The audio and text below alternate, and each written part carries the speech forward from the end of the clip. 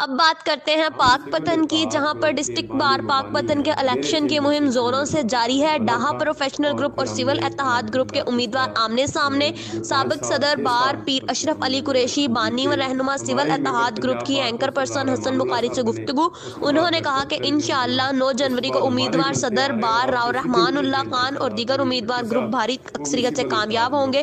دیکھیے یہ report. Cabinet ہماری ہے، سیکرٹری ناصر بلوچ صاحب ہیں ہمارے، اسی طرح بی پی بھی ہمارے ہیں سارا۔ تو اس میں گزارش یہ ہے کہ ہم نے وکلاء کے ساتھ یہ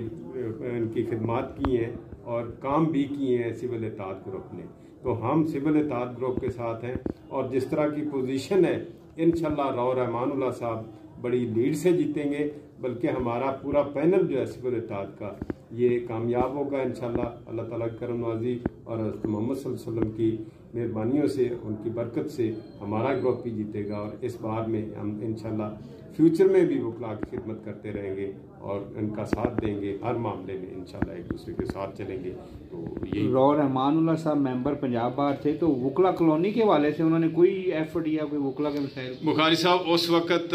جب میں پریزیڈنٹ تھا، میں نے وکلاء کالونی کے لیے زمین ٹریس کی، یہ ڈویژنل پبلک اسکول کے ساتھ کوئی 52 ایکڑ زمین میں نے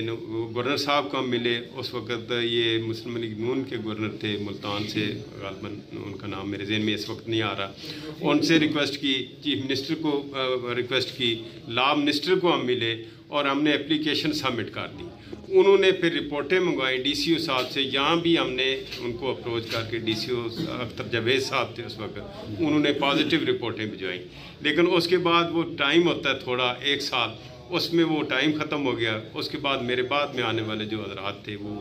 اس طرح نہیں پرسو کر سکے، وہ معاملہ پینڈنگ ہے، اور ہماری یہ خواہش ہے کہ اگر راؤ رحمان اللہ صاحب پریزیڈنٹ بنتے ہیں، ہمارا یہ سول اتحاد گروپ آتا ہے دوبارہ، تو ہم وہیں سے شروع کریں گے جہاں یہ معاملہ ختم ہوا تھا، تو انشاءاللہ۔ تازہ ترین اپلوڈز کی نوٹیفیکیشن حاصل کرنے کے لیے ہمارے چینل کو سبسکرائب کریں اور ساتھ میں دیے گئے گھنٹی کے نشان کو دبانا نہ بھولیں۔